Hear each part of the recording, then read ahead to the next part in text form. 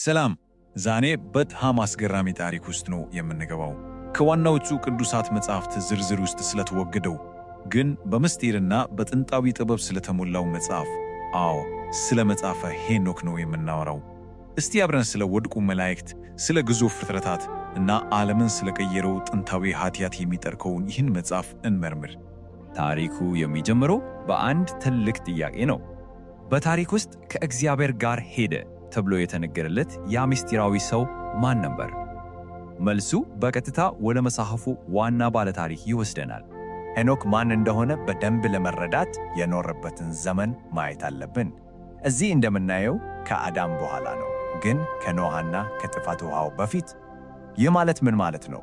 ዓለም በኃጢአት ተሞልታ ወደ ታላቅ ፍርድ እያመራች በነበረበት ወቅት ሁሉንም ነገር በዓይኑ ያየ ምስክር ነበር ማለት ነው። እንግዲያው ዋናውን ባለታሪክ ሄኖክን እንዋወቀው። ዓለም በክፋትና በአመፅ እየተበላሸች በነበረበት ወቅት ሄኖክ በእግዚአብሔር ፊት ጻድቅ ሆኖ የተገኘ ነቢይ ነበር። እናም ታሪኩ ስለተሰጠው ልዩ ተልእኮ ነው የሚነግረን። የመጽሐፉ ጥንታዊነትና ስረ መሰረቱ ይበልጥ ግልጽ የሚሆነው ይህን ስናይ ነው። ሄኖክ ከአዳም ሰባተኛው ትውልድ ነው። ይሄ ዝም ብሎ ቁጥር አይደለም። ታሪኩ ከሰው ልጅ ታሪክ መነሻ ጋር ምን ያህል የተቆራኘና ጥንታዊ እንደሆነ የሚያሳይ ትልቅ ማስረጃ ነው። እሺ፣ አሁን ወደ መጽሐፉ የመጀመሪያውና በጣም ወሳኝ ወደ ሆነው ክፍል እንገባ። የመላእክት አለቆች መጽሐፍ ይባላል። እናም ይህ ክፍል በሰማይ ስለተጀመረውና በኋላም ሙሉዋን ምድር ስላናወጠው አንድ ታላቅ ዓመት ነው የሚተርክልን። የክፍሉ ዋና ጭብጥ፣ ዋና ሐሳቡ በዚህ አንድ አረፍተ ነገር ይጠቃለላል። ታሪኩ ከሰማይ ስለወረዱት ልጆችና እነሱ እንዴት ኃጢአትን ወደ ምድር እንዳመጡ የሚገልጽ ነው። ለሚከተለው ጥፋት ሁሉ መነሻው ይሄው ነበር እና ሁሉም ነገር የተጀመረው በተወሰኑ የመላእክት ቡድን ውሳኔ ነው። መጽሐፉ እንደሚለው 200 የሆኑ ጠባቂ መላእክት ተማምለው ከሰማያዊ ስፍራቸው ወደ ምድር ወረዱ። ይህ ድርጊታቸው ሁሉንም ነገር ቀየረው። 200! እስቲ ቁጥሩን ቆም ብለን እናስበው። የአንድ ወይም የሁለት ዓመፀኛ መላእክት ስህተት አልነበረም ማለት ነው። ይሄማ በሰማይ የተደራጀና ምድርን ለዘላለም ለመለወጥ የታቀደ ትልቅ ዓመፅ ነበር። እነዚህ መላእክት ወደ ምድር ሲመቱ ለሰው ልጆች በፍጹም ሊያውቁት የማይገባ የተከለከለ ዕውቀት ይዘው ነበር። የመጀመሪያው ጥንቆላና ምትሃት ነው። ይሄ ዕውቀት የሰው ልጅ በተፈጥሮ ሕግ ከመመራት ወጥቶ በማይታዩ ኃይላት ላይ እንዲደገፍ አደረገው። ከዛም አልፎ የጦር መሳሪያዎችን እንዴት እንደሚሰሩ አስተማሩ። ሰይፍ፣ ጋሻና ሌሎችም የጥፋት መሳሪያዎችን መስራትን ለሰው ልጅ በማሳየት ዓለምን በደም መፋሰስና በጦርነት አበላሻት። በተጨማሪ ደግሞ የሰማይ ምስጢራትን ያለ ጊዜው ገለጡ። የኮከብ ቆጠራንና የሰማይ ምልክቶችን ትርጓሜ ያስተማሩ። የዚህ ሁሉ የተከለከለው ዕውቀት የመጨረሻ ግቡ አንድ ነበር።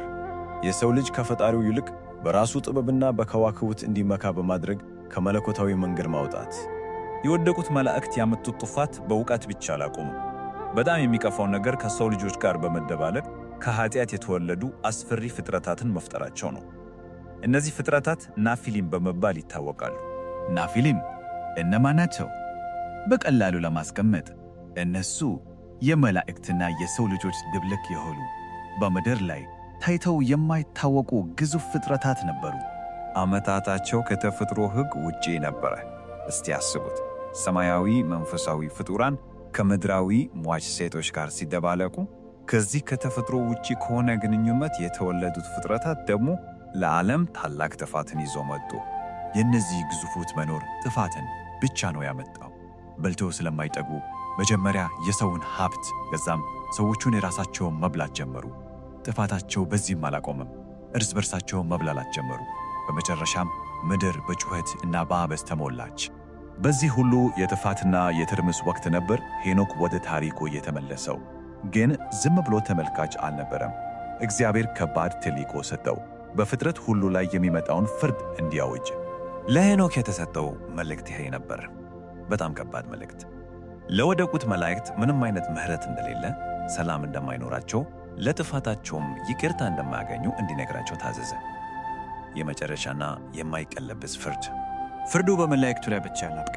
ይህ ትንቢት ምድር በሠራችው ኃጢአት ምክንያት በውሃ እንደምትጠፋና እንደምትጸዳ ይናገራል። ይህ እንግዲህ በኖህ ዘመን ስለተፈጸመው ታላቁ የጥፋት ውሃ በቀጥታ የሚጠቆም ነው። ሄኖክ ይህን አስቀድሞ ተናግሮ ነበር። እንግዲህ ለዛሬ ትንታኔያችንን እዚህ ላይ እናቆም። ግን በአንድ ጥያቄ ልሰናበታችሁ። እንዲህ ያለች በዓመፅና በክፋት የተበላሸች ዓለም ምን አይነት ቅጣት ይጠብቃታል? ስለ ሄኖክ ቀጣይ ጉዞና ስለ ዓለም ፍጻሜ በክፍል 2 ይዘን እንመለሳለን። እስከዚያው መልካም ጊዜ።